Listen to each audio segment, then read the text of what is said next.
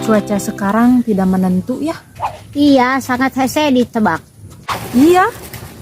Padahal tadi pagi hararium. Sekarang tuh panas banget. Matahari sampai mencorong begitu.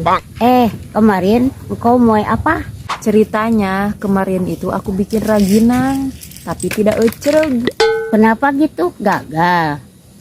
Aku nggak tahu kemarin itu hujan. Jadi pas hujan ngegeretek, kue raginangnya tidak buru-buru diangkat. Lalu jadinya gimana? Ya jadi terkeum air kue raginangnya.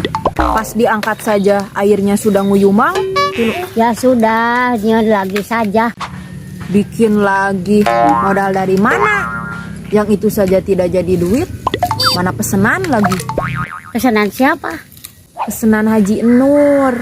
Beberapa poe yang lalu dia talatah kepadaku, suruh bikin raginang buat Pak Geto katanya. Mau ada acara pengajian di rumahnya. Ya sudah, daripada rugi, bikin saja raginannya ke Haji Nur, biar dibayar. Ah kau ini liar ya. Mana mau Haji Nur beli raginang bulukan. Ya enggak apa-apa. Anggap saja dia beli oncom.